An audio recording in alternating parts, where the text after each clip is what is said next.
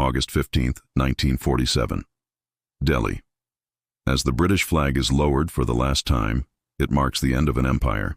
The official story is one of a peaceful transfer of power, a nation granting freedom. The real story is one of bankruptcy. Britain wasn't leaving India out of goodwill. It was leaving because it was broke.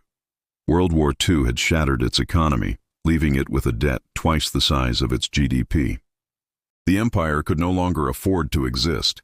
This wasn't a noble act of decolonization. It was a liquidation sale. To understand how the world's richest empire went bankrupt, you can't start with kings and queens. You have to start with a group of investors in a stuffy London room. You have to start with a company. December 31st, 1600.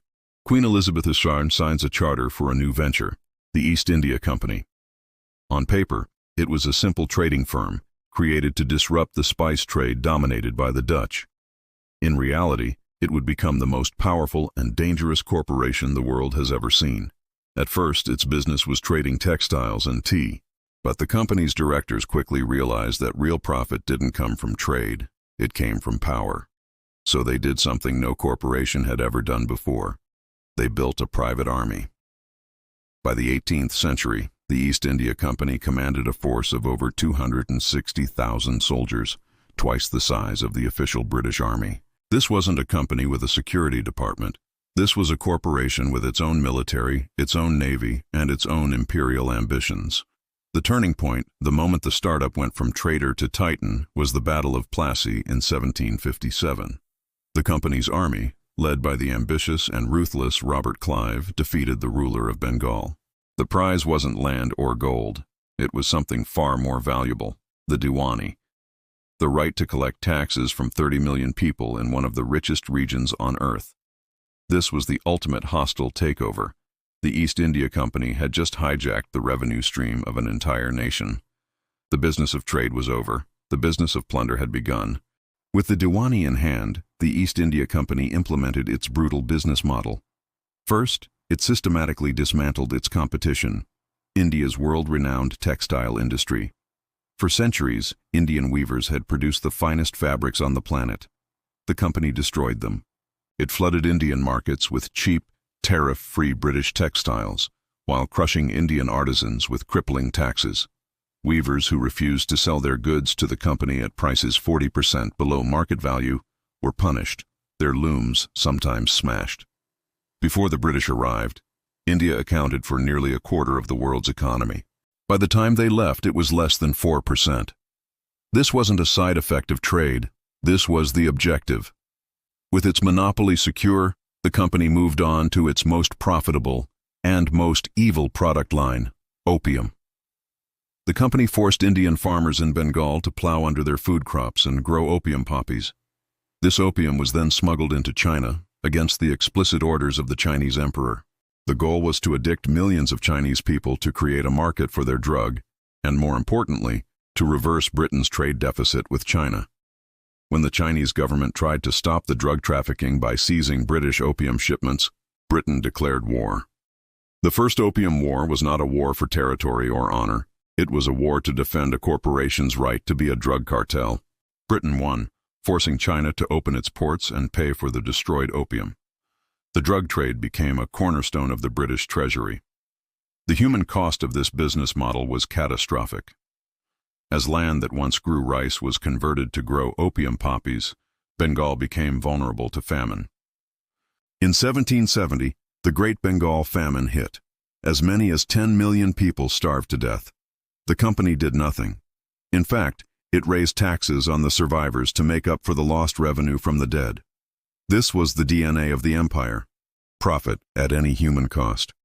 A corporation had hijacked a nation, and it was bleeding it dry. By 1857, the East India Company's private greed had pushed India to the breaking point. The trigger for the explosion was a rumor, whispered among the Indian soldiers, the sepoys, in the company's army, that their new rifle cartridges were greased with pig and cow fat, an abomination to both Muslims and Hindus.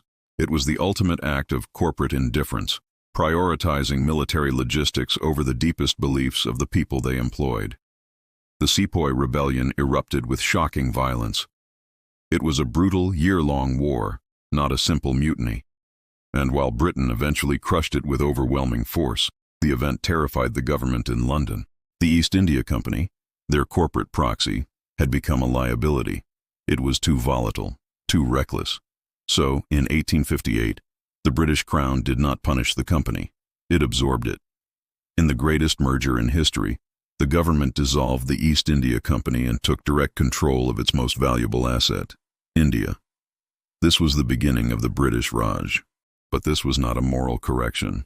It was a scaling up of the heist. The Crown didn't dismantle the company's exploitative system.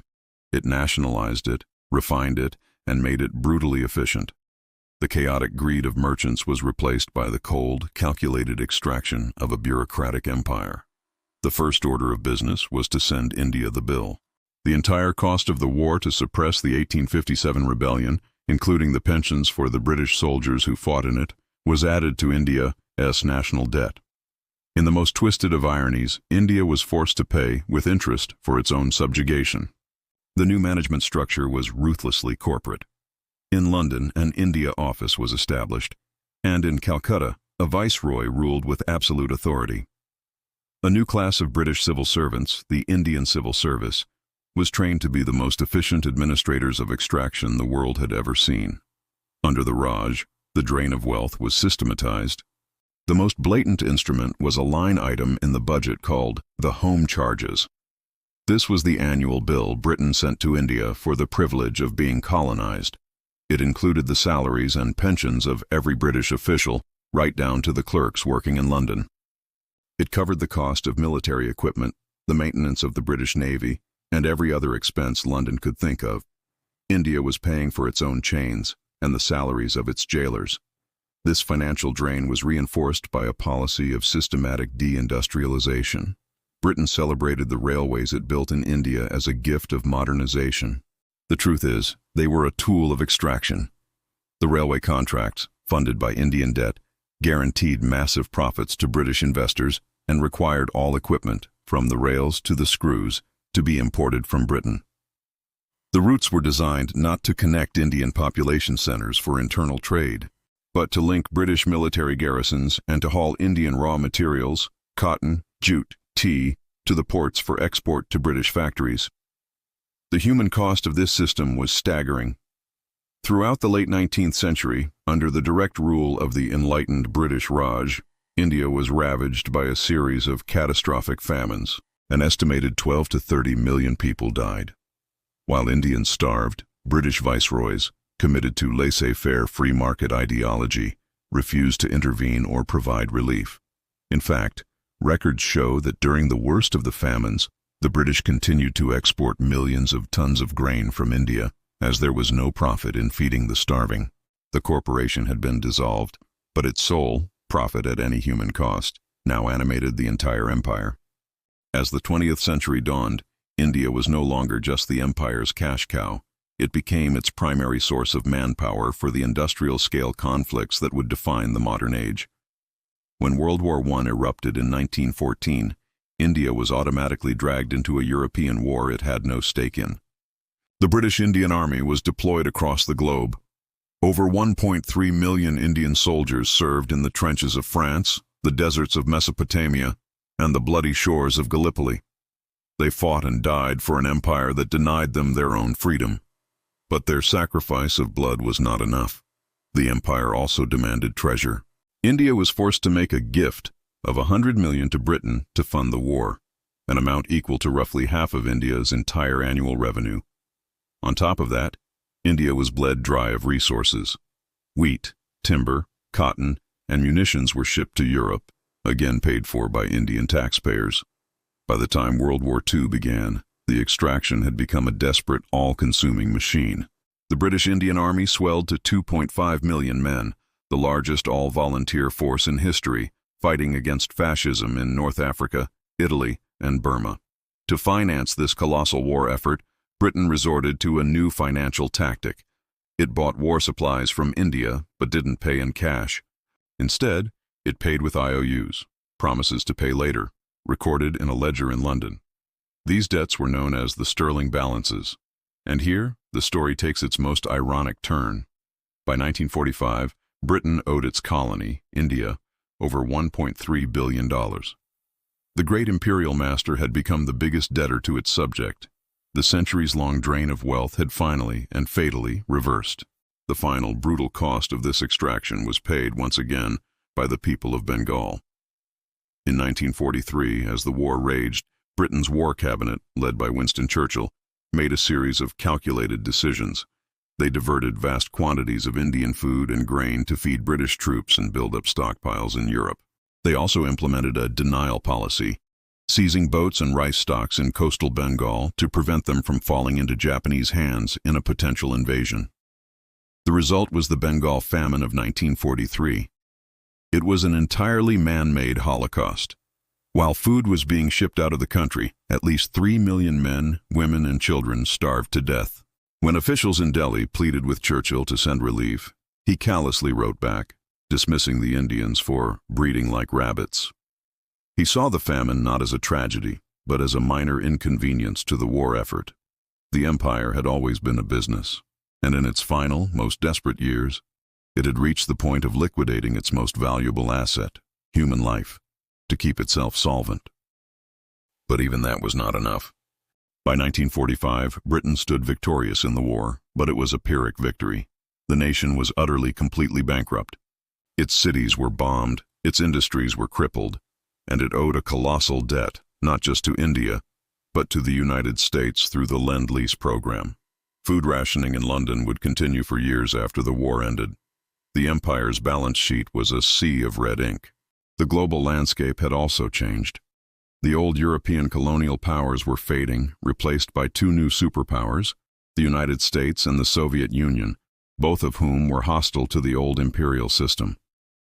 President Franklin D. Roosevelt had made it clear to Churchill that American support came with a condition. The age of empire was over. The engine of the empire had run out of fuel. The drain of wealth had to stop because there was nothing left to drain, and the global credit card had been maxed out. On August 15, 1947, Britain did the only thing it could do. It cut its losses. The withdrawal from India wasn't a graceful handover.